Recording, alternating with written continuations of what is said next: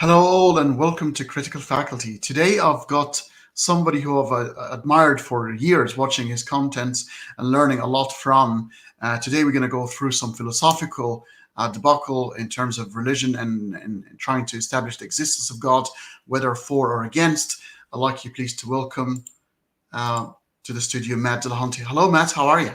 I'm doing well. How are you? I'm very good. Thank you very much. I was just talking to you off air, and we were discussing your most recent debate with Hussein, Right. trying to establish the argument from contingency for the existence of God. Maybe as a warm up, I'd like to get your reflection on that, and what do you think went wrong in that conversation? All right. I did a debate review on my channel, going through it in a little more detail, but I don't mean to just sit here and bash him or anybody else, but it was, I don't think that he made much of a presentation of anything. It felt a lot to me like, hey, let me go out and look up some arguments. Let me see what, 9 things that will confuse an atheist or whatever else. And he just put them up as slides. So his entire contingency argument took, I don't know, less than a minute to actually, here's a complex philosophical argument that is being used to try to prop up a god. And I spent half of my opening actually explaining to people what arguments from contingency were and what they could and couldn't show and everything. He didn't respond to any of that I said. He didn't present any of that in his opening. It was, oh, here's a slide with a version of an argument from contingency. Let's move on to the next thing. And I think that even if he had been right and well versed in the subject, I don't think that anybody can get anything out of it. I don't think you can teach anybody by just saying, here's a slide. It felt very much like there wasn't much need for him to be there.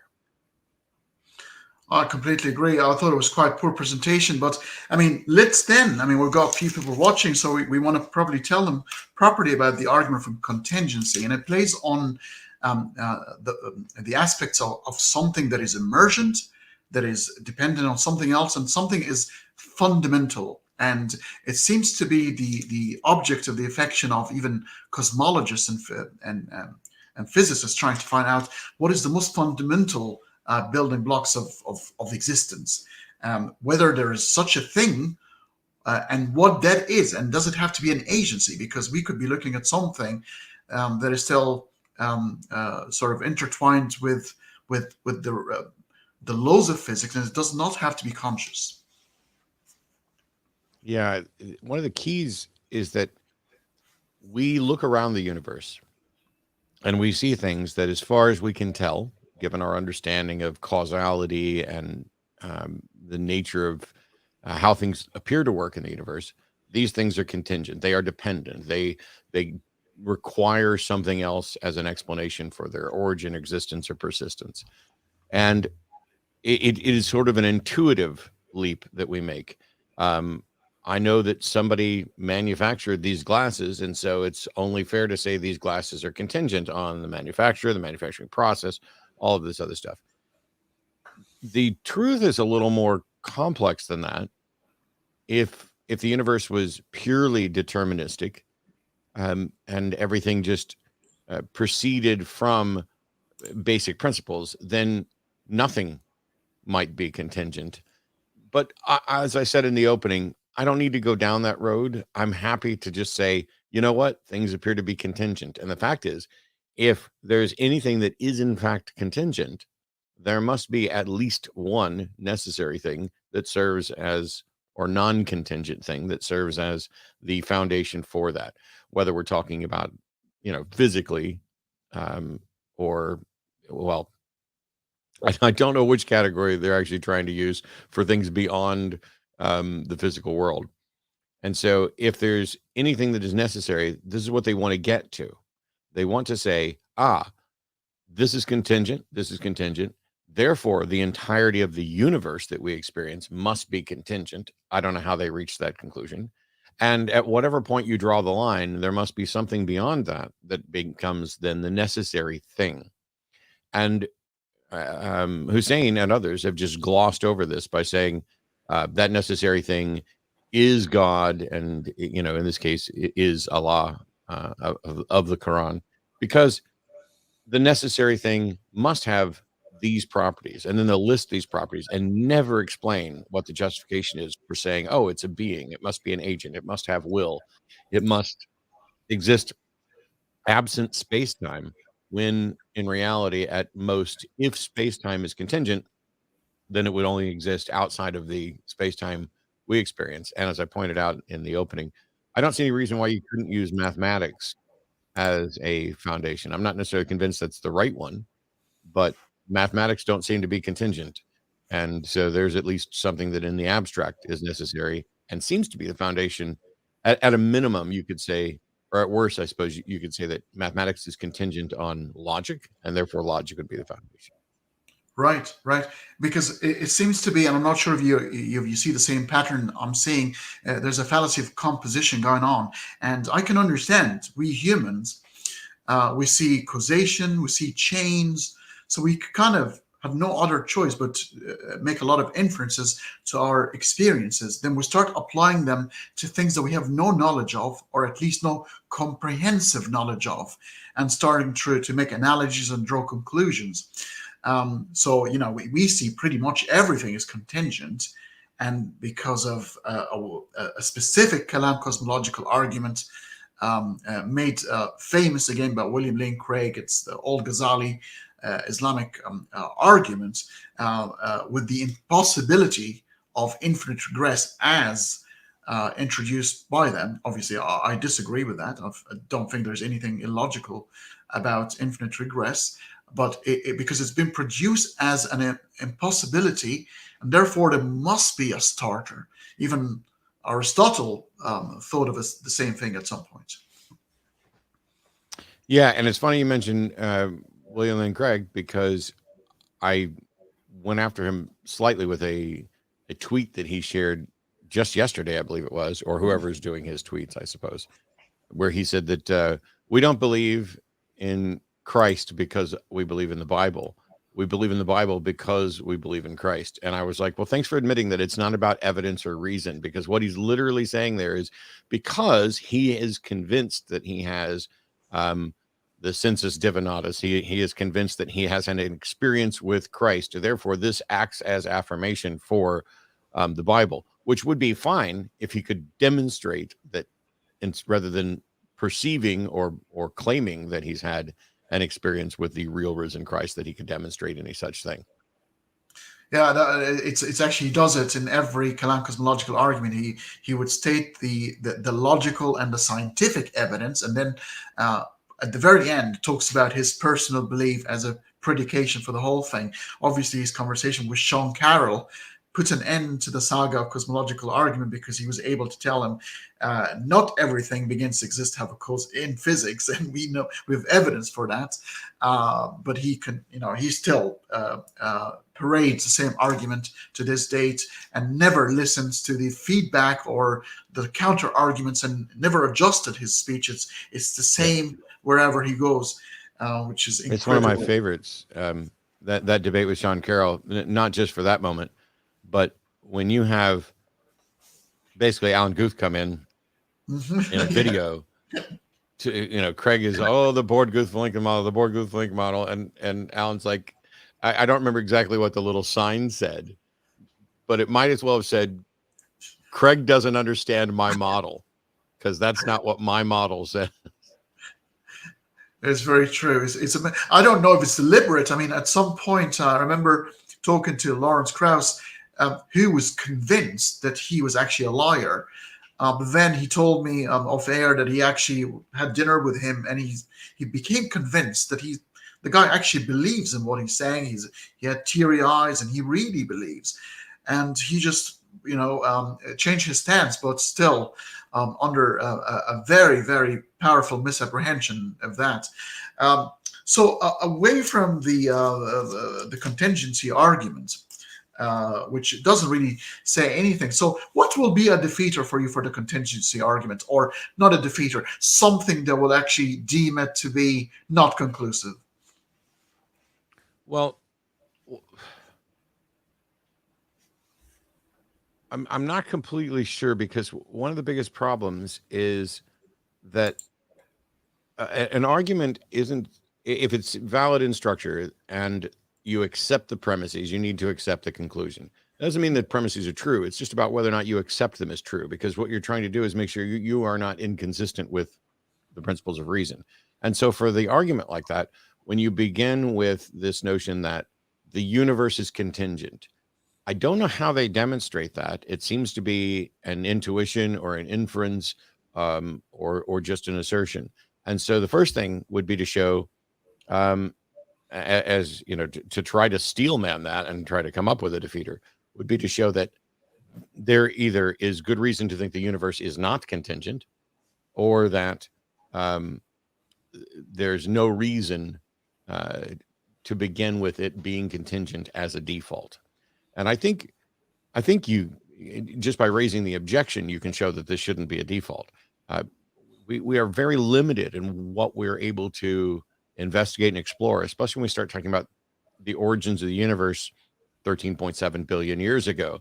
And even that number may be wrong. And I had a friend, he died a year or so ago, who was a physicist who worked alongside Weinberg here in Texas. And he was working with some theoretical physicists on a new cosmology that would compete with and supplant and replace Big Bang cosmology, the current model. And the math was working out really strongly. And it woke me up to this notion that science, as we've pointed out many times, is always providing tentative explanations, and it is subject to revision. And so even something as robust as, you know, Big Bang cosmology, which has been essentially confirmed through observations of cosmic background radiation, that may get supplanted by something else.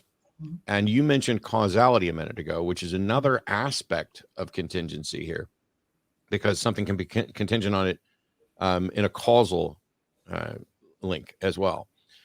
The problem is, and this is going to blow somebody's mind out there, and by the way, I'm not saying this is the case, maybe there's no such thing as causality. In much the same way that we perceive a physical universe, which could just be mathematical patterns of stuff, and we see changes, we can draw links between these changes, but describing them as causal links may be a mistake. Maybe everything just happens. And so philosophy, and I get it, some of it's very annoying, and why should we sit around and waste time on that? And most of the time we don't. My daily life is not spent sitting around wondering, is that tree real? Did this fire actually start because somebody threw a match on it? Or is that a causal chain? Or are those just events that are happening? That's not what my daily life is. But when you start talking about saying, hey, we need a way to find out what explains everything, and you begin with the assumptions you have, that's fine.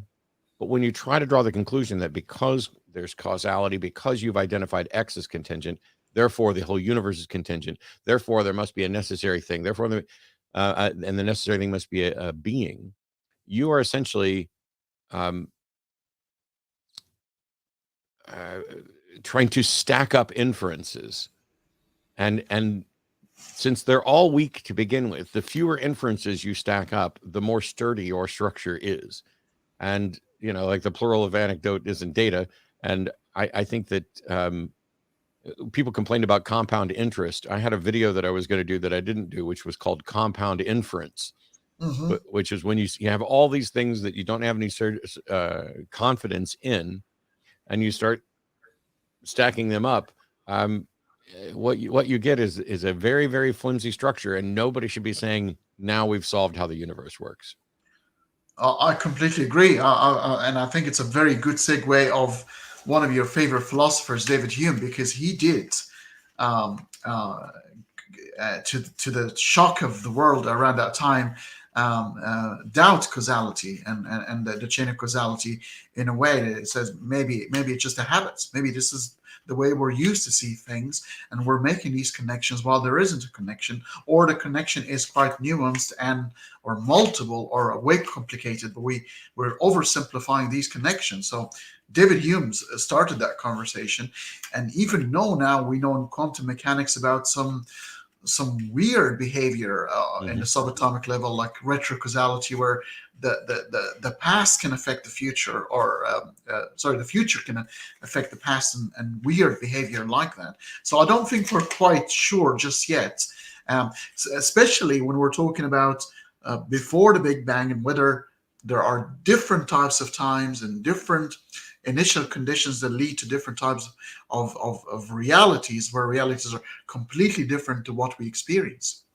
Yeah, it's the reason during that debate that I said, look, I'm happy to accept that things are contingent, even though I don't think that we can necessarily demonstrate that, or I'm not sure how we can. I can do the same thing with causality. And this compound inference problem that I was talking about is one where I am happy to, for the sake of argument, accept a single layer of inference, or possibly even two. But when you start adding inference after inference after inference, it's just a bridge too far. It's the confidence level. You can't have more confidence level in your measurement than you have in the device used to do it. And you can't have more confidence in your conclusion than in the stack of inferences you've made to do it. I'm not going to get the right term. But yeah, that's why I'm willing to accept the world the way it seems to be, and to be willing to be corrected on that. But when we start taking up that it seems like, it might be like, it seems like, it might be like, all of a sudden I think we've traveled too far away from, we need to focus a little bit more on step 2. Agreed. And so it's almost like a very, very good restaurant. A very good restaurant will have 2 or 3 ingredients on a plate, and it will taste perfectly fine and great. And then you have these restaurants where you have 25 different ingredients, and it's almost a convoluted meal. And so is an argument. Once you have built up all these inferences, it becomes a word salad rather than an argument that sort of very linked to the Occam razor, where any superfluous elements are removed, and you end up with just the essence of the argument. And it's usually quite simple and basic. And so are the best of the equations, that half an inch that produces the knowledge for something really huge, but it doesn't have to be big. Right. So this is the argument for contingency, but what about the ontological argument? A lot of philosophers were divided over that, and it seems to be like play on words. Something to do with synthetic and analytical statements. There is a bit of a play there with Anselm and Leibniz later on. What do you think of the ontological argument? I think for the most part, I've talked about ontological arguments as an attempt to define something into existence. During the debate with Hussein, I gave my little joke clarification of how to remember the difference between synthetic and analytic. But when you talk about ontology, is just getting to the substance of what something is. And so ontological arguments are saying that because of what it is, we know it must necessarily be of this nature, or have this sort of cause. And so if you define God as the greatest possible being, then you declare secondly that existence is a property of greatness, that it is greater to exist than to not exist, which I think there's refutation for, or several perhaps. Then all it seems that we've done is attempt to define something into existence. There's been no demonstration. It is entirely an analytic position, and synthetic positions are where you tie that to the facts of reality. And I mean that tying it to the facts of reality in the sense of in a strong way with evidence, not just talking about a reality and how this might interact.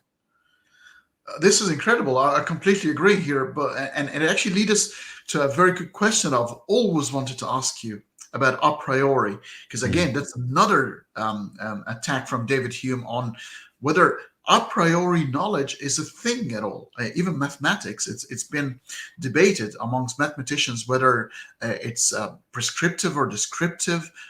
Is it discovered, or has it been created? I think it's been created. I think it's a language. And therefore, Hume is arguing that everything, even a priori knowledge, like the laws of logic, is nothing but a reverse engineered human experiment of reality, reverse engineered into the framework of thought that is impenetrable, i.e. logic. What do you think of that? I don't know that I have a solution to it. I mean, I don't have any problem with a priori knowledge and information. I don't even have a problem with analytic. I just think that it's pointing with different degrees of confidence towards competing ideas. And so, I'm a humanist in the sense of the wise man proportions his confidence to the evidence. And so I think what's really happening here that makes it objectionable is that people are really uncomfortable saying, I don't know, and acknowledging that their confidence in a particular idea may not be sufficiently high. It may not even warrant acceptance, and yet they can have some confidence in it. And it seems to be a lot of kind of all or nothing thinking of, oh, here's an argument, therefore it's true. Or here's a fallacy, therefore it's false, which is, of course, the fallacy. The fact that an argument is fallacious doesn't tell you whether or not the conclusion is true or false. See, in the comment here is a good, interesting definition of a priori, but a priori is not a synthetic fact. It's a statement. It's an analytic fact that sits within the consciousness on the brain. So, for example, the most famous of all examples of the married bachelor. Yeah. And David Hume showed that there is a definitional relationship between the two words. Unmarried and bachelor is one and the same. But he's even argued if the human species sort of are no longer around and the establishment of marriage is no longer around, would that statement even make sense? Or is it only making sense in the human mind where it was created in the first place? Yeah, these things that are true by definition, and they're quite often circular in nature. There's going to be a tautology there somewhere. When it comes to something like mathematics, for example, you can view the language of mathematics as a language, but what the concepts that the language points to, of I'm going to take one of this quantity and another of this quantity and combine them, and together we have two of this quantity. We don't want to make the mistake of confusing the map for the place. Mathematics isn't 2 + 2 = 4. It's not the symbols. It's not the grammar of mathematics. The concept of combining quantities goes beyond that. And so it's one thing to say that, oh, mathematics is invented, because certainly mathematics, the language is invented, but I think the concepts are discovered. It's not like we invented a triangle and then invented, a squared plus b squared = c squared. These are facts about the structure within, Euclidean geometry in our world that we are discovering and doing our best to describe in much the same way that, a much more rigid way, but similar to what, chemistry is trying to do. So for me, it all proceeds from the foundations of logic, of identity, non-contradiction, and excluded middle. From that, you get the basics of set theory in a single Venn diagram where everything is A or not A. From that, you get to everything about mathematics, quantity, vector, direction, anything you want to put into that. And then that, of course, leads to physics and chemistry. And the further you get from logic to a more robust descriptive language, the more mistakes there are going to be, the more uncertainty there may be intrinsic to the system. And so I can't say whether or not, I don't like to even get, is mathematics a discovery or an invention? Both, and depending on the context you're talking about. But I think that as long as we're trying to tie ourselves to the most solid foundation we can and include the least inferences and assertions and not violating Occam's razor, I think we're better off that way. Yeah, I'm completely in agreement. By the way, I believe mathematics is the language. So if we do the same analogy with the language we speak, it's the carrier of thoughts. So thoughts are the things we have not created. They're emergent property of the thinking brain. And if that equates to the natural laws within the universe that the mathematics will try to describe as a language, then it's a perfect analogy. So we don't create the condition of E equals mc square. The mathematics will explain the phenomena that is already inherent in the system, and so is the spoken language, because I believe language was created after our ability to think. We thought way before language was created. We've communicated some elsewhere, but I completely agree. It's not it's not a false dichotomy. There is a bit of an overlap somewhere in there for sure. Mm-hmm. Now, this is an interesting one. This is the one that a lot of Muslims and Christians use, and it's quite powerful because it's quite intuitive. The teleological argument. It's obviously Ray Comfort with his banana video showed it quite clearly there. Or my all-time favorite of "Look at the trees." I love trees. Some people might say that I have. If you walk through my house, you would see a bunch of prints and paintings by Robert Wood, and most of them are about trees. I have a willow tree in my backyard and several other trees in my backyard that I'm just obsessed with. I love trees, and the number of times over the years that people have called in the show, it's gone down, but early on to talk about, look at the trees, how could, and all tied back to the poem of only God can make a tree and stuff. The funny thing, Matt, if you take this analogy for a Saudi Arabian Muslim person, the tree is not a tree; it's a camels. Look at the camels. Right. So it is to do with what you have in your immediate environment. What you're looking at.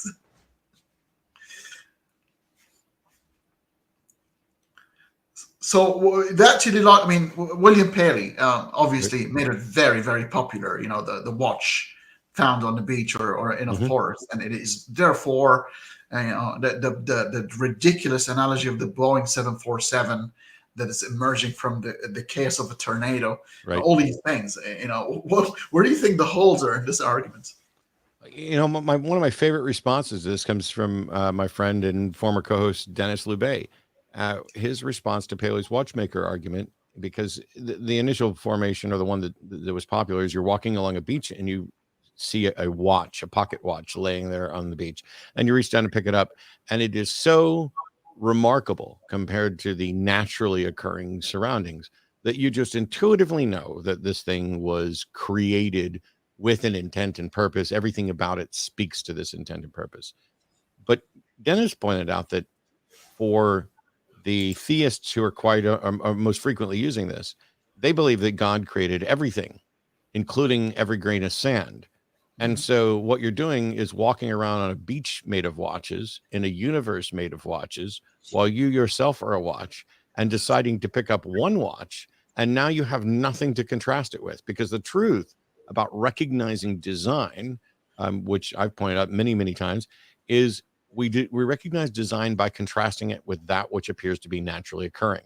And so, you know, if a seed grows into a plant, that's not design, unless you want to say, oh, the initial seed had to be designed. But okay, how do you know that? And if something, it is both on their part an attempt to say, oh, this is too complex to have occurred. Well, complexity isn't the hallmark of design. Simplicity is. Good design, in particular, pares away the unnecessary things. The more cogs you have in the machine, the more things there are to break down. And so you've got Dennis's take on finding a watch in a universe of watches, and then my take in pointing out that we recognize design by contrasting it with that which naturally occurs. And when you look into the universe, we don't have another universe to compare it to. We have exactly one. And so you can get back so far and say, okay, why are the fundamental features of this universe? Why is the gravitational constant what it is? Why is this here? And we don't know, but we also don't know that it could have been any other way. And to whatever extent it might have been different, would it have resulted in some other thinking being sitting here saying, oh, this universe seems to be created for me? Or would that have made, all life impossible? We don't have enough information. And it is very arrogant of us to go, gosh, isn't it convenient that the universe chose to make me so that I could reflect on the universe? There must be a reason for that. Therefore, it was all designed for me. Yeah, well, the teleological argument is an interesting one. It's quite intuitive, but do you think the foundation of that is there's always a logical fallacy at the base of these arguments? Do you think the argument from personal incredulity, argument from ignorance is very present in this kind of thing? Sure. I mean, it's hard to. So some of the arguments for the existence of God are so varied and confused that it's difficult to find or identify a single fallacious line of reasoning. Also, on the teleological argument, not to throw extra in here, I mean, you've got the famous quote from Douglas Adams about the puddle. You know, the puddle wakes up, and thinks, "Oh, it's an interesting world I find myself in." You know, and then evaporates while he's sitting here marveling in how the universe and this particular puddle was made to contain him. Identifying the fallacies by name. This is kind of a side note here. I will do this on occasion. I have largely stopped doing this.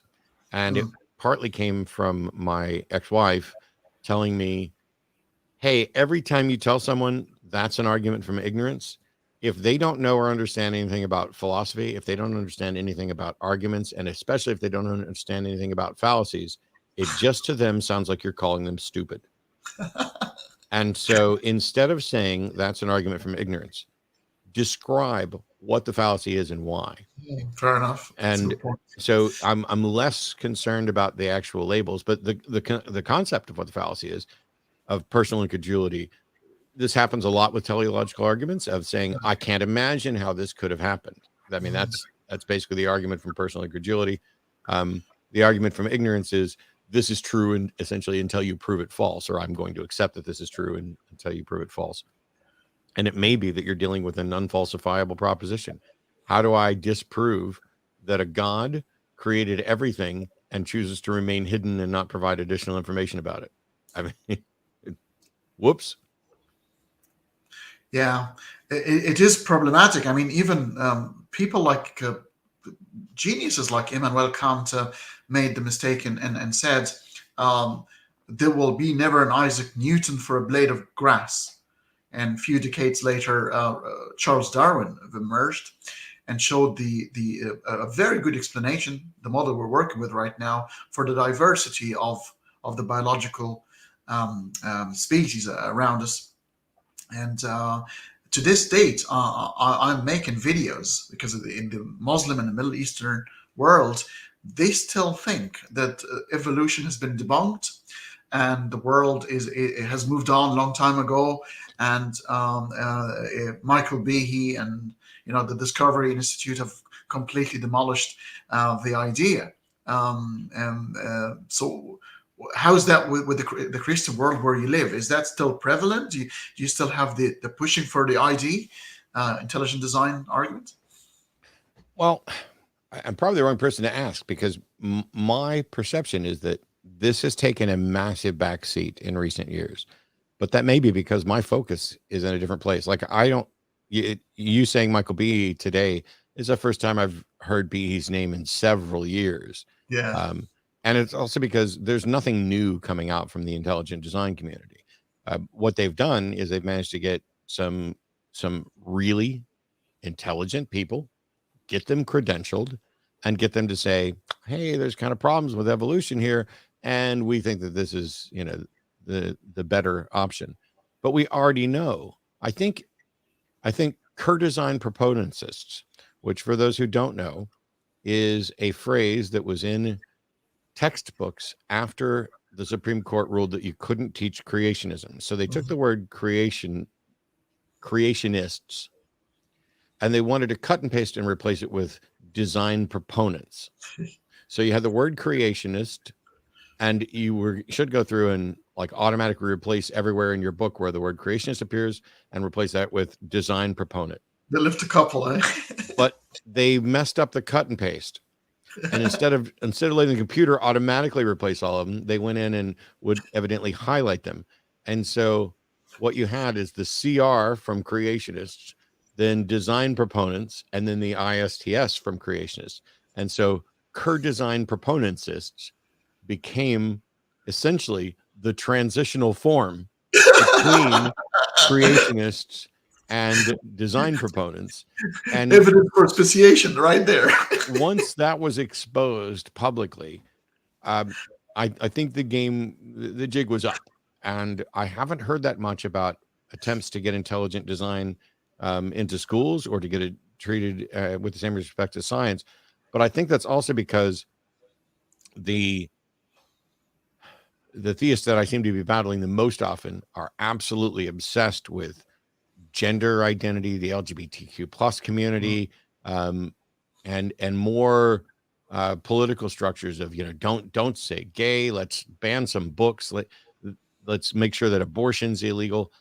There's so much going on there that getting creationism into schools, I'm not sure that any move has been made on that seriously in recent time.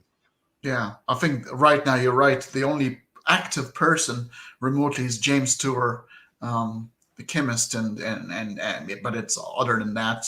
But as I said, the Middle East is like it's a little bit behind. So all these arguments are recycling at the moment, and especially about evolution, because with evolution, there's a very good understanding now of the emergence of biological, obviously not abiogenesis, because there's always a confusion between the two terms. Evolution is after life has emerged, the development of that, and then we've got abiogenesis, which is really gone a very long way. We've got very good ideas of what could have happened. We just need to find the right initial conditions, which seems to be always the problem, the initial conditions. But we've got somewhere in there. Cosmology as well showed that the evolution of the universe as well from that moment, some 13.8 billion years ago. Do you still come across young Earth creationists in the 6,000 years old people? I do on occasion, but it's really, really infrequent. Becoming, yeah. It would be quite difficult to defend at this point because we have artifacts carbon dated to older than that. So you can't really stand on that. Now, this one here has been dubbed by Christopher Hitchens, even Sean Carroll himself, as the one game, the one thing that the theists have that plays by the rules, which is the fine-tuning argument. The 17 or 18 physical constants of the universe, that if they move by a hair here or there isn't a universe. The mass of the electron and things like that. You won't have planets or galaxies. But even Sean Carroll thought it was still a bad argument. Why do you think it's still a weak argument? Because it seems to be strong, according to the theists. Well, perhaps because nobody wants to think that they don't matter. Mm-hmm. And so, yeah, if you adjust those constants, you won't end up with planets or galaxies the way we currently have planets or galaxies. There may be something different. There may not be. For every potential universe, some of them may have the features that cause them to collapse instantly and vanish. Others may have the features that cause them to expand and stabilize and come up with self-replicating molecules eventually, et cetera, that lead to life as we know it. The perception, there's two big things here. One is the fear of not knowing and understanding something. I live in a universe. I don't want to be confused. It doesn't feel good for me to not know what's going on over there. It's the reason that we end up with conspiracy theories, because people take disparate facts and weave them together to create a narrative that they find compelling and comforting. And so, if this is going on, well, it must be some Illuminati, Bilderberger, demonic, satanic conspiracy to control the world, because that at least makes me comfortable that A, I know what's going on, and B, I'm not part of the problem if it's somebody else doing this, and C, the frustration that I experience at not being able to fix it is because they are so much bigger and more powerful than myself. And so to say that if the universe was slightly different, we wouldn't have this, really plays into the arrogance that we have about our position as special. We are above all the other animals because we prize intellect, and undoubtedly we are the most intellectually advanced creatures on earth that we have identified. And that seems, I feel it. I get the intuition to say, I'm so much different than, the other great apes, that it seems reasonable to conclude that something happened. And wouldn't it make more sense if a God did that, or if this was part of God's plan all the time, or if it took, God allowed nature to take its course, but with this end goal in mind and knowing this is going to happen. All the different models that people are going to come up with to try to make this seem reasonable, I get the intuition. The problem is they don't flip that on their head and say, hang on, if there is a being that can in fact do all this, why do it this way? If the end goal is, as it is in Christianity, for all of the people who God wants to have in heaven with him are in heaven with him, why not create them in heaven to begin with? Why go through this tap dance? There's nothing for God to learn out of it. And he can create humans with memory, presumably, and knowledge. He could just invent all of this. And then you didn't have to send billions to annihilation or their doom. It seems very strange and not very bright. And that's because if you actually had the end goal that a God has, it is preposterous to propose that you would go through the process of creating a universe with billions and billions of galaxies, with billions and billions of stars, with billions and billions of planets, and wait millions of years, allowing 99% of life that has ever existed to go extinct in order to then have it produce the one special being that you like more than everybody else, so that you can put them through some sort of trial period to see which of them are going to graduate and come back and stay with you, and which ones are either going to be annihilated or tortured. If you look at it from that perspective, which is the order that it would happen, it does not make any sense. Especially when you add omniscience. So that whole videotape has been run forward in advance in God's mind, and having a future where, because according to religions who are conflicting with each other, very few will be saved. So we're talking about 90, I think 110, 115 billion people have lived so far and counting. Who knows when Armageddon happens, we could be looking at hundreds of millions of people, billions of people.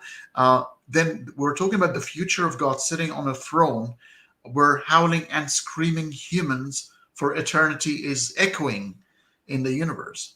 It doesn't sound right. Why would he choose such a future? Unless he is, this is one thing we have not contemplated. What if the creator wasn't good? Yeah.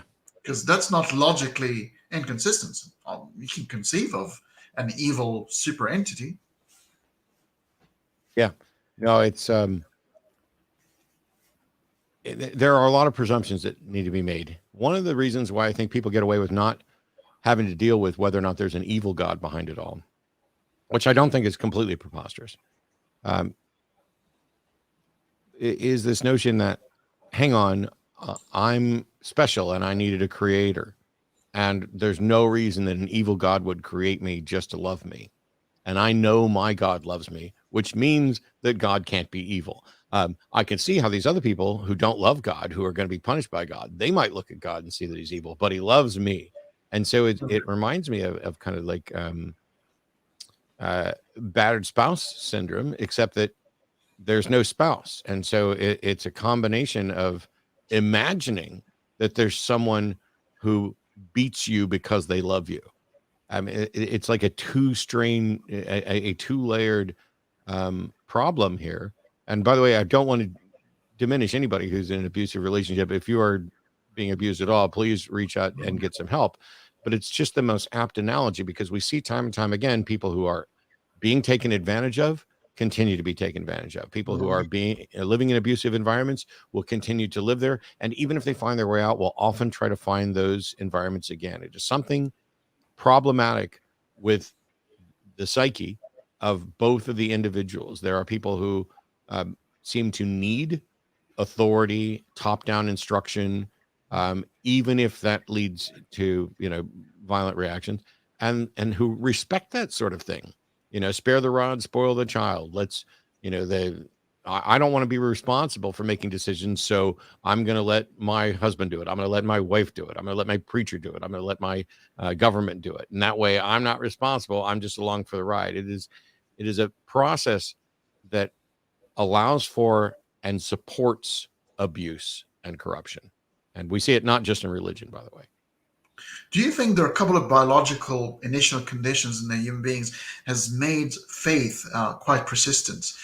Namely, the false positive, the rustling in the trees analogy, and for our ancestors to be wise really at the time and say, well, I'm not going to risk my life going for those fruits. This could be an animal. And in the absence of epistemic tools to find out for sure, they make, in my opinion, that wise decision to delay or postpone or not to go towards the trees and save their life rather than get the fruit.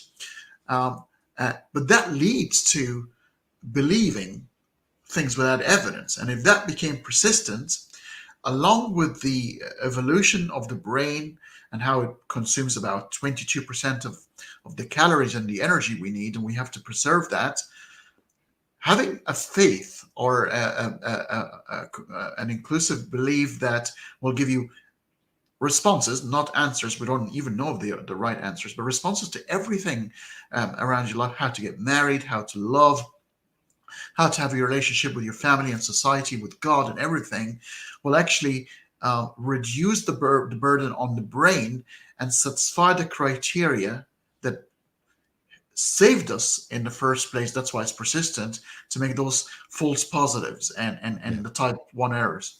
No. The type 1 and type 2 errors, the false positives, false negatives are a real serious part, and they have different impacts. I mean, if you don't go into the bushes because you think there's a predator there, and there is, well, then you just saved your life.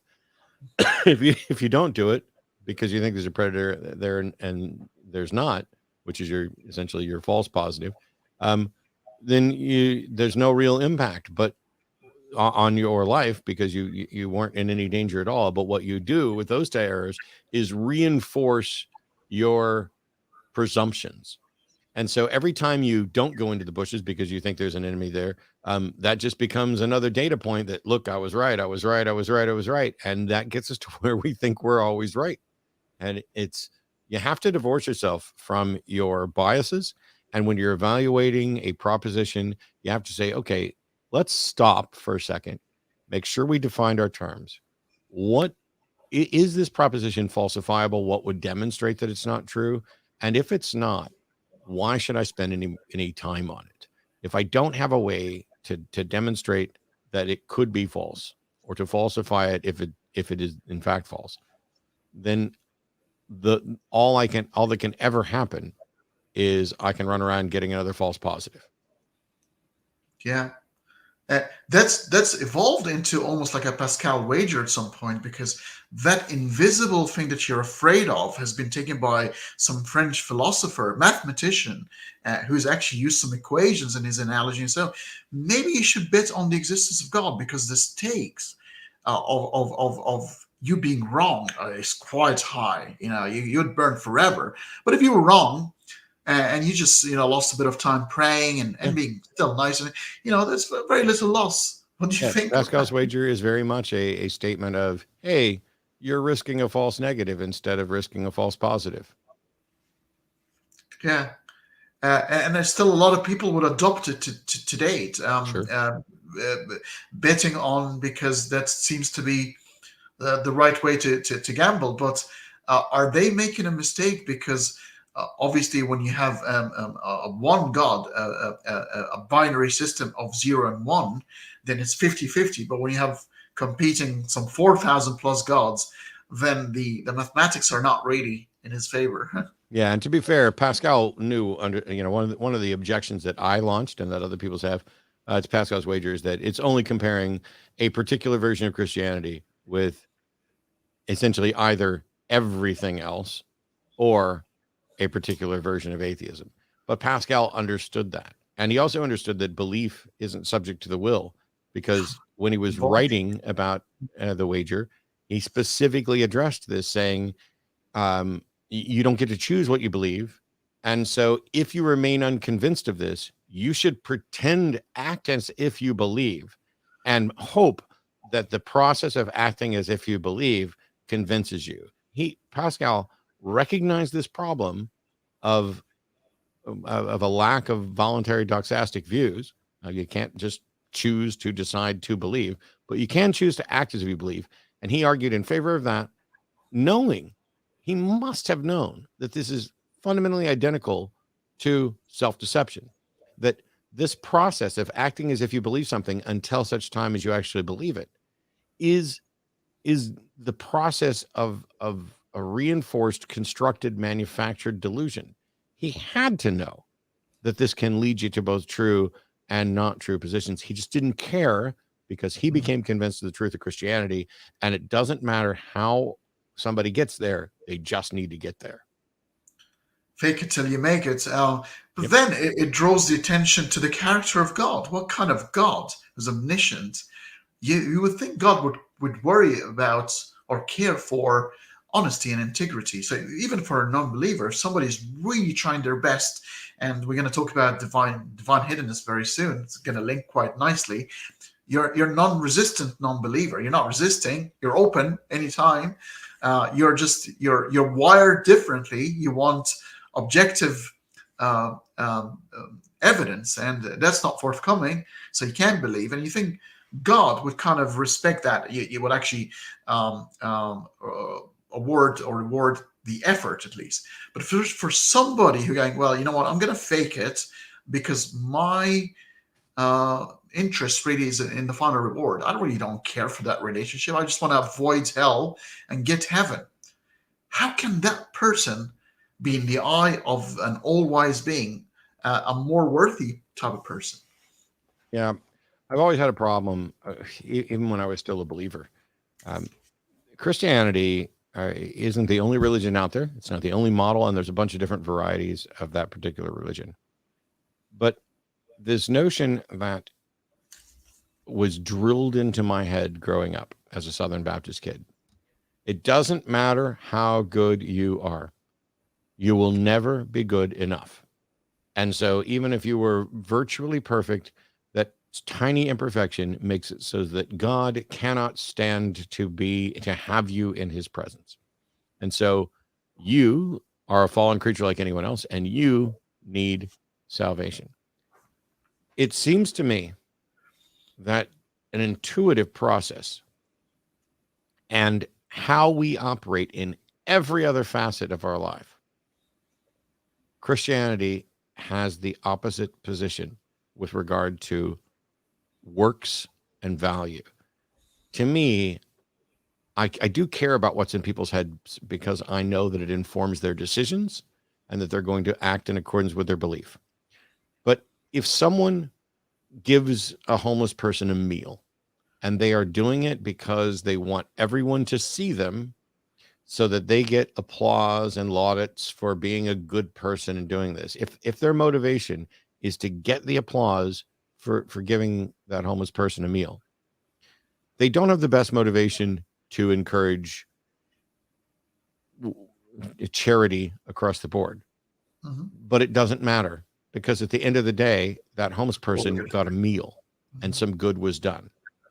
To say, and I fully agree, you can have the wrong motivations for doing it, but I care about the consequences of people's actions first, then what the motivations are second. And if someone is donating millions of dollars to cancer research only because they want their child who has cancer to be saved, Mm-hmm. and they don't care about anybody else, it's like, let me get the cure, even if it has to go to everybody else. At the end of the day, they still did something positive. And I fail to see how any God could look around at the world and say, you know what? It's a mistake for me to decide who I'm going to bestow faith upon through my grace, and then grant them eternal life. That is a mistake. That is a bad model, because all I'm really doing is looking around and saying, yeah, I'll take Hanny, but not Matt, and I'll take Susan and Sharon and Hussein, but not Bill, and for no reason other than like capriciousness. I mean, this is I'm going to just decide. It's not about their value, and Christianity further perverts this by doing if it doesn't matter whether you've killed one person or 5 million people, it's all sin. You're all already screwed. It doesn't matter if you told a little white lie or slaughtered a family of 4. You're a sinner either way. And there are some other verses within the Bible for Christianity that seem to betray the notion that some people understood that, especially since the book of James speaks a lot about how it's not about, or it seems to supply or to suggest that faith without works is void. And so that it wants to put some emphasis on works, but not your eternal disposition. I completely agree here. Now, arguments for against the existence of God, over God. Yeah. The couple really sort of come to mind. They're very strong. We'll start with the classic one, the argument from evil. I call it suffering. And one, I think this was the strongest point for Bart Ehrman to lose his faith, and he talked about it quite extensively. But a lot of the theists would say, well, that's very emotional. This is not a logical problem. It's an emotional problem. You wish the little deer is not eaten alive by the lion. But that's how life is, you know. Who are you to decide what God should do with his possession, us and the universe? What do you say to that? No, I understand the objection, and quite frankly, the argument from suffering, the argument from evil, the argument from excessive evil, however it's phrased, didn't carry that much weight for me because of the particulars of my Southern Baptist upbringing. It didn't have that much of an impact. God was just and righteous, and therefore whatever God did, even if it seemed problematic to us, must therefore be just and righteous. And if we perceive it any other way, that is a failing on our part, that we are fallen, broken creatures, and there's some bias or prejudice in our mind that doesn't want to acknowledge God's sovereignty and God's goodness, because we are the ones who are corrupt. And so the problem of evil didn't resonate as well for me. When people are like, hey, why do babies get cancer? Why would God create a world where that happens? The answer is, I don't know, but God knows, and God is good, and God is going to make sure. Plus, this life and everything in this life is like dirty rags. It's like useless. This is a place to wipe your feet before you go on to the eternal afterlife. And so no matter how bad things are here, it pales in comparison to how bad they're going to be in hell for eternity. And so all of the objections were portrayed to me when I was growing up as just, you guys are just whiny.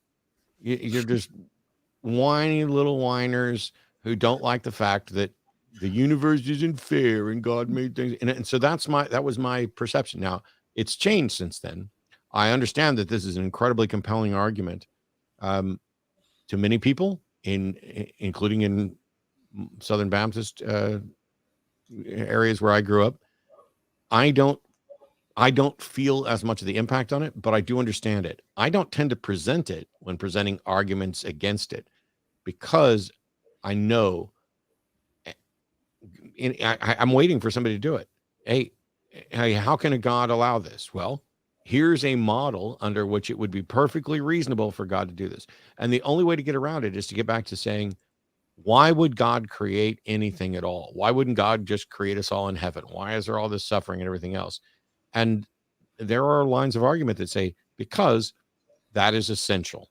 For whatever reason, in order for you to understand something and to be able to be held accountable for it, you must actually go through it and live it. Otherwise, if God just created you in heaven with all your knowledge and memory intact, you'd be like, well, this is the way you created me. It's not any decision of mine. And so the free will thing tends to be a magic sponge that wipes away all of God's responsibility. It's all on humans. Even if we're talking about something like tornadoes, why does God allow a tornado or a monsoon to take out, an entire village? Well, it's because he allowed them the free will to decide to live in a risky area and enjoy, that type of thing. There's a tap dance that can get you there for all of them. And so I don't really present the argument from evil or suffering, although I do understand now more how much significance it has for a lot of other atheists. There's a term called not agnosticism, but ignosticism, right? Which is the vagueness of the claim itself. Yeah. And when you add logical positivism as well, they link together because in one hand, you're talking about a worldview where only falsifiable claims are entertained. Anything else is nonsense. And then you have something that's quite loosely defined in a way that you can never trap it. It's like trying to get to grab to an eel, a slippery one, and it just you can't really get hold of it. What do you do with this sort of thing? Well, I'm not an agnostic, and agnosticism and theological non-cognitivism are often viewed as the same, essentially that the God proposition is so ill-defined that it's impossible to hold a position on it. I think that is a patently ridiculous line of reasoning, because when you have billions of people who have and continue to identify, it's not a very robust concept, the God concept, and it is surely ill-defined. But to act as if it is so ill-defined that one can't hold a position on it when you have denominations with strong doctrine and everything else, I think that's an untenable position. But I do understand how people get to that, and there's something there. Similarly, I'm not a logical positivist, but I think the logical positives were very right about many, many, many things. And so while I don't know exactly how to characterize myself other than to say that I am definitely not a simple logical positivist, there are aspects of logical positivism that I'm fine with. I just don't have I've said from an epistemological standpoint, I love Susan Hawke's foundherentism, which is a combination of foundationalism and coherentism. And I think that there may be something that combines aspects of logical positivism with other views that would get closer to how I view the world, because I do value synthetic statements over most analytic statements, but not always. There are foundational analytic statements where I think you'll never get to a synthetic one. I do value, and this is basically saying the same thing again in a different way, the ability to demonstrate empirically and an epistemologically sound position that is tied to the facts of reality.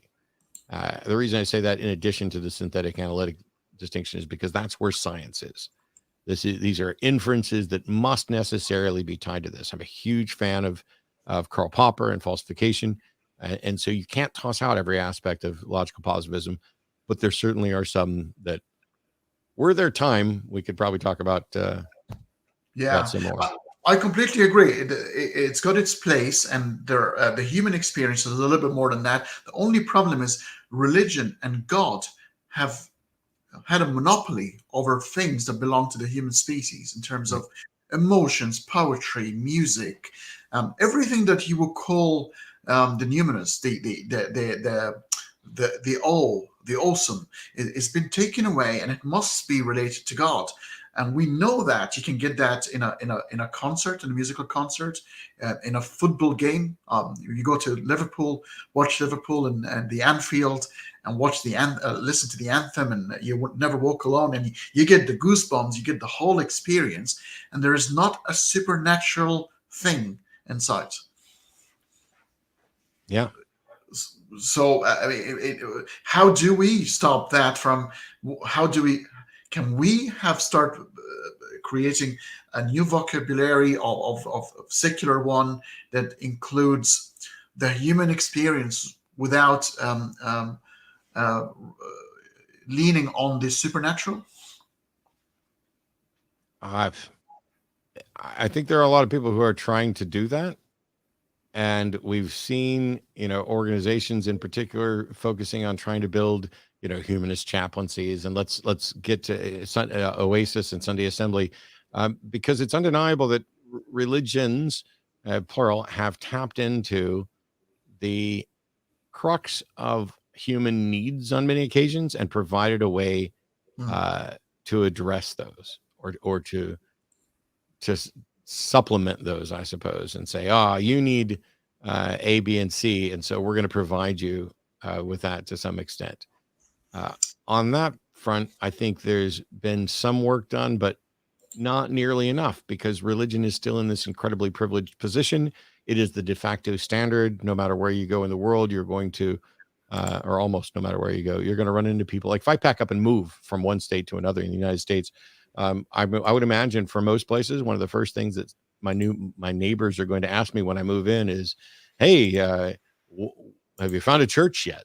Would you like to come visit our church?" There's a ready-made community there. Churches and religions do amazingly good things, including creating and building universities and hospitals and stuff like that. It's just that we can and should do those things without the baggage of religion. And I find it inspiring to work with humanist organizations that are doing their best to take those elements of community that religions have co-opted and reclaim those in order to allow us to be our, I hate to say, this almost sounds wooey, but to be our complete self, to treat the whole person, so that if you give up religion, you don't have to give up community. You don't have to give up, potluck dinners and helping your fellow person and being helped by people and having people you can go to talk with, that you have to give up counselors. And that's why there's organizations like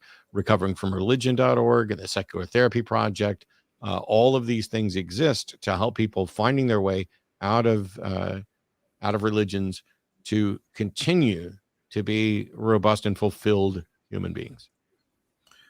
Thank you, Matt. I'm displaying your channel now. This is in the description of the video, the old Matt's information, his Wikipedia page, and this is his fine channel that I've learned a lot from. Sans deity. I think it's chosen the French for without God. Yes. Interesting. Yeah, plenty of videos. Do you want to say anything about this channel, Matt, and if you're working on any projects at the moment?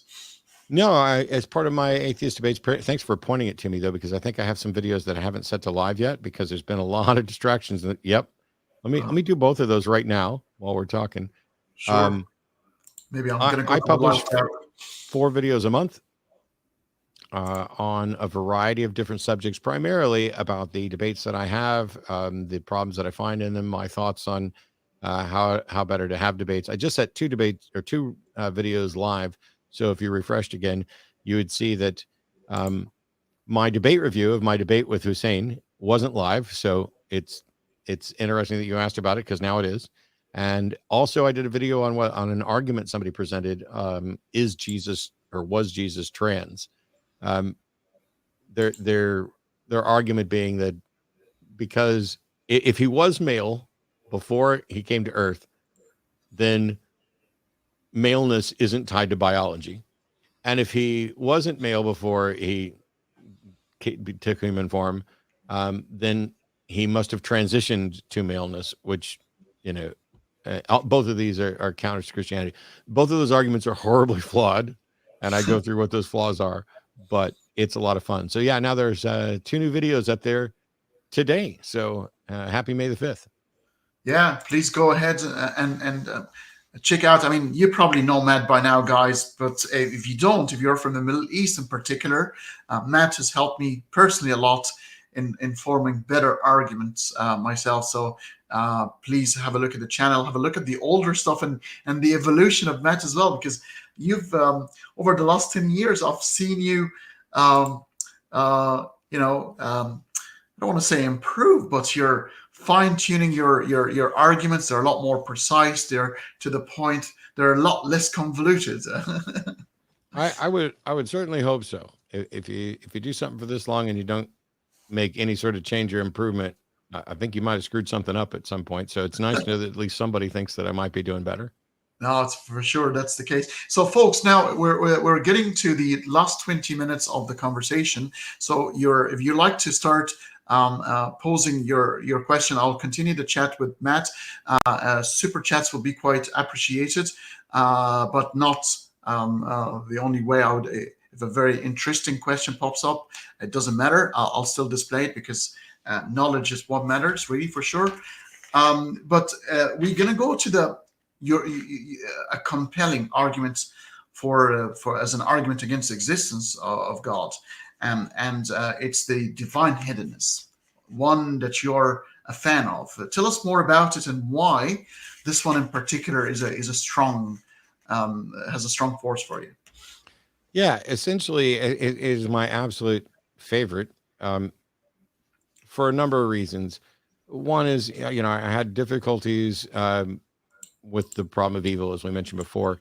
And I also have focused primarily on on weak atheist position of I am not convinced that a God exists, and that this is all that anyone needs to defend, that the burden of proof is on those who are claiming that a God exists in some format, and that in the absence of a demonstration of them meeting that burden of proof, no one can be justified in believing. I still hold that position, but I think that there are cases to be made of varying strengths that a God, in fact, does not exist. And my favorite argument or line of arguments in that vein are the arguments, the argument from divine hiddenness, that essentially the world does not appear as we would expect it to appear if a God actually existed. That's probably the simplest version of the divine hiddenness argument. If there is a God, why is it hiding from us? Why is it the case that we can reach out and ask God for assistance and seemingly get none? And where we can, everywhere that people claim that they have detected or found a God or discovered some sort of being, when we look, we find a different explanation, a different answer. We don't find evidence for that actual God. And so there's some more robust lines, but I prefer these days to kind of just keep it as simple and approachable to everybody as I can. And so, in a nutshell, the argument from divine hiddenness is that if there is a God, it has remained hidden, in which case the people who are saying that they've heard from this God, whether or not they have, we can't tell, but they don't have sufficient evidence to convince anyone else that they have. And there's an argument that is not the same, but is tied to divine hiddenness, and that's the argument from competing revelations. And so if you have bunches and bunches of people claiming they've had a direct revelation from God, and those revelations don't agree, then at least some of them must be wrong. And how do you tell which ones are wrong? And this is where it ties to the argument from divine hiddenness. There doesn't appear to be any God in the history of the world willing to step up and say, these people got it right and all of these others got it wrong. That doesn't happen. And if there were a God that cared about us and cared about the truth and wanted us to know there was the truth, that God would have to do that. And so the fact that this hasn't happened demonstrates that that kind of God doesn't exist. There may still be an evil God. There may still be a God that does not care about us at all. But most of the religions that people are advocating for talk about a God that loves us and cares for us and wants us to know. And the fact that he's incredibly silent, incredibly hidden, offering no confirmation of his existence, his thoughts, his desires, and making every single one of his followers look indistinguishable from a lunatic advocating for a false God to everyone who's on the outside of it, demonstrates that either that God does not exist or that type of God does not exist. In either case, they're now wrong about what exists. Yeah, especially when you add the element of non-resistance, you're open You're looking for the evidence, as you said before, and I give the exact same answer as you. What makes you believe in a God? And I think Hussein, you've actually told them what makes you believe in a God. Then a second later, he actually asked the question, and he went to the audience and said, "Can you believe he just asked the question I've just responded to?" But if God knows you, He's omniscient. He would know exactly if you're scientifically minded, if you're like a personal experience. He would present the right evidence for you to believe if you're open to that relationship. And He's supposed to be open to that. As a matter of fact, according to Christianity, He's created us to have a relationship with us. I just this instant thought of something that I'm going to try. I'm going to say it out loud so that it will force me to use this in a debate in the future the next time this happens. So you're right. I was sitting next to Hussein, who repeatedly, instead of presenting any sort of epistemology or method, just attacked me as nothing will convince you. And after I gave this lengthy answer to what would change my mind, his next question was, what would change your mind? And it was like, okay, it's clear you're not listening. But this is what I just thought of. If in fact there was a God that existed and wanted everyone to know that he existed and wanted to provide evidence, and if in fact, as Hussein asserts, nothing will change my mind, then the best thing that God could do would be to appear on stage next to both of us, present a demonstration that would convince anyone and everyone except me, and confirm that nothing will change my mind. I am just too skeptical, too stubborn, whatever else, and simultaneously provide evidence that will change everybody else's mind. That is literally the best thing that a God can do. And in 20 years of doing these debates, not once has that happened.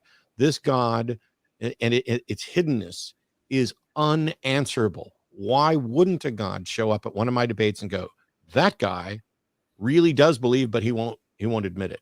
That guy refuses to believe no matter how much evidence. I can do this miracle, ta-da, and that won't convince him. That would be perfect. I've got videos that have millions of views. When I sat down with Jordan Peterson, I think that's got like 2 million views now. And while I wouldn't say that Jordan Peterson is in any way a reasonable advocate for a God or anything else, why wouldn't a God show up in that one when Jordan and I are talking about whether or not there's a God and whether or not there's justified belief? Why not just show up and demonstrate it to both of us? And then if I'm just too skeptical, they get to use that forever. This God is playing the world's longest and best game of hide and go seek. It's almost like he doesn't actually exist. Right. Because one of the reasons why the divine hiddenness is you get an apology saying, well, if God reveals himself, everybody's going to be compelled to believe. But then in the story itself, we've got two instances where Adam was told not to do something. Yep. He disobeyed God, knowing that God exists. I don't think he could be an atheist. Satan, his adversary, his bodyguard, disobeyed him, and we continue to do so. And there's actually no guarantees that if the Abrahamic God appears in front of you right now and say, "Yeah, I'm the one who killed the firstborn in Egypt," and then you might actually say, "Well, okay, I acknowledge you exist. I just don't respect you. I'm not going to worship you." Yeah, and it's maybe that God knows he's evil, knows he's not all-knowing and all-wise, and is terrified of me saying, "Yep, I believe you exist now, and you're a dick, and I want nothing to do with you." I mean, that I don't know how you rule that out. And meanwhile, this could all be easily fixed. There are people. I had open heart surgery a year and a half ago. I had a couple of heart attacks. I was only 52 at the time. I'm 54 now. I had a couple of heart attacks that I didn't know about because my diabetes masked some of the pain and the symptoms. And eventually I went in and they said, you're going to have a open heart surgery next week, triple bypass. I wasn't bothered by it. I didn't pray. I wasn't concerned about my death. I had literally, I'm very pragmatic in that sense that I was at the doctor. They knew what to do. They were going to schedule a surgery. I was either going to die or I would wake up from the surgery and deal with whatever consequences came afterwards. My lovely partner and my brother and other people who love me were certainly more worried about the surgery than I was. But that would have been an amazingly wonderful time. Everybody was focused, even a lot of people that hate me were focused on me during that time. And, posts I got really good interaction. God could have showed up and healed me and done some amazing miracle. God could have killed me and made that clear to other people that he took me out that way. God could have done any number of things, and yet nothing. I was in the hospital for just 3 or 4 days. I recovered quickly. I was off pain meds pretty quickly. I'm sure that I know for a fact that I have family members who think that's answered prayer, but I think it's unanswered medicine. Yeah, it's a. I mean, this is probably on a personal level.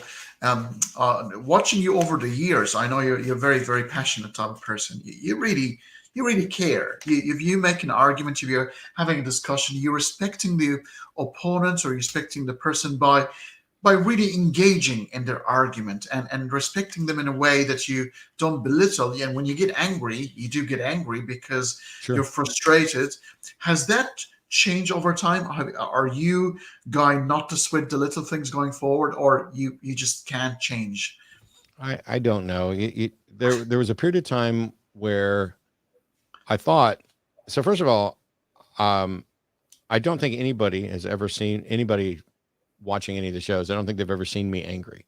I think they've seen me frustrated. I think they've seen me irritated. And I draw that distinction just because to me, angry is like severe and violent and unwarranted. It is a defensive kind of reaction, either in defense of you or in defense of others. But however people want to phrase it, yes, I can get angry in a colloquial sense. Sure. I thought that was happening less. And there were even periods of time on the atheist experience where I'd be like, all right, we're gonna go Zen mode today. I'm not gonna raise my voice. I'm not gonna get irritated. And whenever they get a little too far, I'm just gonna press hold. And so I thought that was kind of better. But what it actually served to do was to highlight the times where I do get upset and make people object to those more. So I can have 20 calls with no real problem, and the 21st call gets heated because somebody isn't arguing honestly, won't answer the questions, and all of a sudden that becomes, see, I told you, he's just an angry atheist. And it's this. Yeah. I've given up on. I really don't care, because I know me, and I know what my goal is, and I know for a fact that you can go back and watch almost 20 years of content, and if somebody calls in who disagrees with me, but is able to actually carry on a conversation honestly, there's no anger presented. They get plenty of time to speak. We have a back and forth conversation. I know this because it's happened literally hundreds of times. What frustrates me is when I take the time to think of questions that are designed to edify, that are designed to take difficult concepts and distill them so that anybody can understand them, or almost anybody can understand them. And then the person I'm on the phone with demonstrates that they weren't listening, that they didn't care to even try to parse what I was saying to understand. They were merely waiting for their turn to speak next, and that they don't have any understanding of these subjects. The average person, Christian, Muslim, whatever, who advocates for God barely has a clue what they believe, let alone why. And I've said recently several times, including in this debate review I think that I did of Hussein, I don't mean this to be especially insulting. I'm not targeting Muslim apologists, but they've targeted me, but I've now debated 4 or 5 of them. And all I can say is that all of the Muslim apologists that I've debated and interacted with are on an observably lower tier of understanding than the average Christian apologist I've engaged with. Now, don't get me wrong, there are some Christian apologists, that dumber than a sack of hammers. But every Muslim apologist that I've been with has just been embarrassingly bad. They are incredibly impressed with what they think are scientific findings in the Quran, and they so much so they don't even bother to find out if they're actually correct. They don't seem to understand how much they're infusing their interpretation and how silly it is, because the Quran, not once in history has any scientific fact been discovered in the Quran and then led us to confirm it scientifically. That's never happened. It's always we find something scientifically, they go back and find a way to fit it. But even if there was a passage in the Quran that led directly to a scientific discovery, that still doesn't mean that the author of the Quran had a revelation from a God about a scientific truth. And we would not be justified in believing that scientific finding until it was found by scientific exploration. You wouldn't have been justified in believing it merely because it's in the Quran. Oh, absolutely. I mean, you were stuck in that debate at the merchant situation, where he's denying that that particular area in the Middle East didn't have anything and he said, well, what's a merchant there for? I mean, if there are no goods, there's no food, there are no earthly possessions. Yeah. What are you trading then? Yeah. He was really obsessed with the word spew, because when the Quran says that the earth will spew forth her treasures, spew sounds a lot more like oil, because oil, you bust their thing and it comes spewing out. But I think, and granted, I don't speak Arabic and I haven't studied the specific passage, but I don't think that even if it said spew, I don't think you're justified in saying, look, they knew about oil before we knew about oil. How do you take language that is somewhat poetic? The earth will spew forth her treasures. Yeah. Why would you think that needed to be spew as in the sense of a natural gusher? Because if it said the earth will bring forth her treasures, they still would have claimed it for oil there, or whatever else was convenient. But it's very clear from the language that it's referring to the earth as an agent, like a mother earth type thing. We'll do this. And when you use poetic language like that, I don't know how you can become obsessed with, it said her. Well, does that mean that God is female or feminine? If God's the one that's doing this, or is it Mother Earth again? The scientific evidence in the Quran is one of the weakest and laughable bits and pieces, because they're, even when you compare cosmology, you talked about the smoke, and he doesn't even because these are difficult chemical compositions. Smoke, carbon dioxide rather than mist, which is made of water, and there are different things. But to somebody in the Middle East, they think, oh well, steam, smoke, they're all very similar. It was fuzzy at the beginning. So this was going to be my question. I think you've answered it by saying, what were the differences when you debating a Muslim apologist as opposed to a Christian apologist? Actually, have you debated a Jewish apologist? No. Or not that I recall. I know I've had some non-debate like discussions with Jews, but I don't recall a specific debate. I could be wrong, because I've done a lot of them over the last 20 years, but I don't recall one. Because if I don't know, you remember the one with Sam Harrison Hitch and the two rabbis, and it was a funny one, because they're almost like there were two other atheists on the stage. They can be quite atheistic, those Jewish people, and in a way they're quite skeptic themselves, and they've battled God for years by the looks of things. So I've always found it very interesting to debate Jewish people. They're very chilled. Yeah. All right. One of the things is that most Jews don't seem to have any interest in debating, for the same reason that they don't have any interest in proselytizing. True. It's not a part of the fundamental nature of their religion to proselytize. As a matter of fact, they make it difficult to become a Jew. You've got to belong to the bloodline through the mother, at least. Couple of quick questions before we're going to end pretty soon in the next couple of minutes. Islamophobia. what do you think of that term? Do you think it's valid? Well, so it depends very much on what somebody means by it. I think that you can definitely have unwarranted bigotry directed at Muslims instead of Islam, and Muslims instead of Islamists.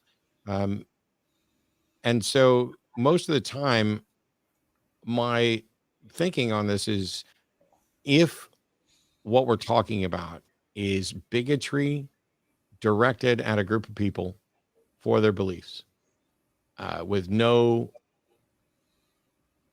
or with a lack of focus on the beliefs themselves, I think that can easily be justified as Islamophobic if it's directed at Muslims.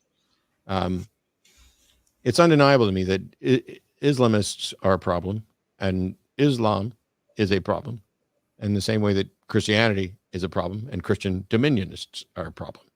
But if I despise the Bible, which I do, and I despise the Quran, which I do, and I despise the teachings of Christianity, which I do, and I despise the teachings of Islam, which I do, I don't think I'm being unwarranted. Certainly, it's not a prejudice. It's not a bigotry, and it's not a hatred towards the people. It is a disdain for really bad ideas. Mm-hmm. And when I show up at DebateCon, and the first debate is two religious atheists debating a vague topic about does religion do more harm than good, then me debating a Muslim on whether or not Islam is true, and then two debates about child marriage and child rape, where the Muslims are either claiming, one of them's claiming it didn't happen, that we don't have good reason to believe that Muhammad consummated his marriage to Aisha at 9, and the other one saying, child marriage should absolutely be permissible at any age, and consummation should be permissible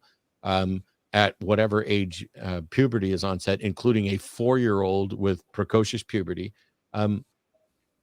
I don't think that it's criminal. I'm not. I don't hate Daniel, the Muslim apologist, as a person for his beliefs. I despise his beliefs, and I think this individual is incredibly dangerous and vile. But I am also one of the hugest proponents for freedom of religion, the ability to believe as your conscience dictates, and the freedom to do and express and enact your religious views to the extent that they don't impede on other people. And in that case, if somebody wants to call me an Islamophobe because I despise the religion and what it's about, they can call me whatever the hell they want. I don't really care. Yeah. I'm going to grab a couple of questions from the audience. I'm going to stop with that because I had more questions, but I want to give the audience a chance to, and I've got a couple of really good questions here. Do you see apologists are more dangerous than extremists? Because if you have somebody who seemingly educated, trying to massage child marriage, for example, trying to make it logical, and the repercussions of that on society, because at the end of the day, I remember you saying beliefs inform actions, and actions have consequences. Yep. These are, we can debate in our ivory towers until the cows come home, but there are actually people suffering as a result of these actions. So would these people be more dangerous because they can inform a huge number of population about how to act in their life? Yeah, it is so first of all, apologetics is ignorance and fear on steroids. Most believers aren't really engaging in those sorts of things. They're just going to go to church or their mosque or their synagogue and participate, and it's more of a community thing. I think that it's dangerous to just refer to it as simply extremist, because extremist is a relative term. It means compared to where I am, they're an extremist, but compared to where they are, I'm an extremist. And so that really doesn't get me anywhere. Toxic, I think, as the questioner was asking, is perhaps a better label for it, in the sense that what we're seeing with the backlash to the LGBTQ community is a lot about toxic masculinity and homophobia, a disdain for anything that might seem to be queer, etc. And a good chunk of that toxicness comes from their own fears that, and I suspect, I don't want to pretend like I can actually read somebody's mind, that it must be very frustrating to be an apologist and be constantly asked, why isn't your God doing anything to help you in this fight for your God? Why does your God continue to allow you to be made a fool of and to look foolish and ridiculous and to be mocked? In the Bible, when they mocked Elisha, go up thou bald head, God sent 2 she-bears to rip up 23 youths. Why hasn't God sent a she-bear after me? I've drawn Muhammad. They had don't draw Muhammad, and we had draw Muhammad day. I've drawn Muhammad. I've mocked everything about every religion. Somebody's like, oh, you're afraid to go after this. No, I think the Catholic Church is a criminal organization. I think Islam is absolutely repugnant. I think the positions that these people are advocating are vile. They are counter to a civilized and decent society. And if they go unchecked, they will be one of the things that destroy us if climate change and things like that don't destroy us first. So yeah, and they'll still find a way. They'll say, "Oh, God is postponing the inevitable, and He's just turning on the barbecue." Yeah. Last question of the day, and I'm so grateful of you being here, Matt, and I've enjoyed the conversation so very much. It's more than I imagined it's going to be. So it's very grateful. A friend of mine, he's a psychologist. I think we alluded to that question at the very beginning of the show, but the 3 laws of logic, where do they come from? Yep. They don't come from anywhere. If they came from something, then they would be contingent, and then they would have to have some sort of necessary entity or being or necessary truth to tie them to. They are just true. And I see no reason to think that they need any explanation beyond that. The one thing to remember is that also our formulation of them is descriptive. And the best way, identity, non-contradiction, and excluded middle. And the best way that I can explain this, this has nothing to do with where they come from, because I don't think they come from anywhere. But right now on your screen, I'm assuming my preview is what's actually going out. Can you make it so that I'm the only camera square on the screen right now? Yeah. One second. So there. Oh, all right, sure. So I was hoping that it would be slightly smaller with the border, but in any case, you can go back to the full one. I'll just do it this way. Let's say you have a single simple Venn diagram that only has one circle, and you label that circle A. Now, logic is completely agnostic, does not care about anything. It doesn't care about the substance. It just cares. It just is about the structure. Logic is nothing but the structure. And so if you have a single Venn diagram with a single circle that's labeled A, identity is whatever fits within that circle A is A. Then everything that's outside the circle is not A. This simple single circle demonstrates the foundation of logic, because identity says that whatever is A is A. And so whatever's in the circle is in the circle. It's obvious. It is there. You can view it. Whatever's in the circle is in the circle. Whatever's not in the circle is not in the circle. And everything, absolutely everything, is either inside the circle or not inside the circle. That foundation is identity, non-contradiction, and excluded middle, all in one little diagram. It didn't have to come from anywhere. It is merely our description of the way truth works, the way identity works. No matter how we define a sandwich, there's lots and lots of amusing and funny debates about, is a taco a sandwich? Is lasagna a sandwich? And depending on how you define sandwich, they both are. They both can be sandwiches. And it turns out it's very difficult to define sandwich in a way, despite the fact that most of us would look at something and say, yes, that's a sandwich, and no, that's not a sandwich, without a second thought. But however we define sandwich, everything that matches that description of a sandwich matches that description of the sandwich. That's just a tautology. That is identity. And everything that doesn't match that description doesn't match it. Another tautology. And then absolutely everything, whether it's a sandwich, an apple, a bicycle, a car, or the abstract concept of three, either is a sandwich or is not a sandwich. That's the foundation of logic right there.